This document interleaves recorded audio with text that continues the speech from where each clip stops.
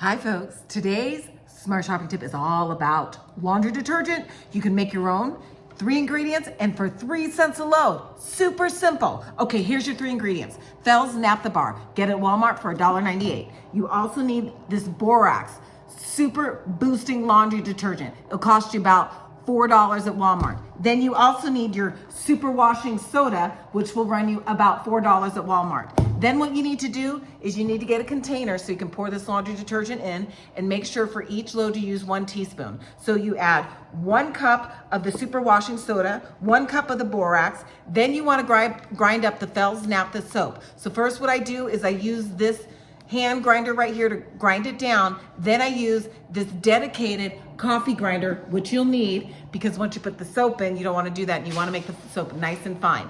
3 cents a load. Head to my website at Smart Shopper Daphne for all the details. I'm Daphne Monroe, your smart shopper.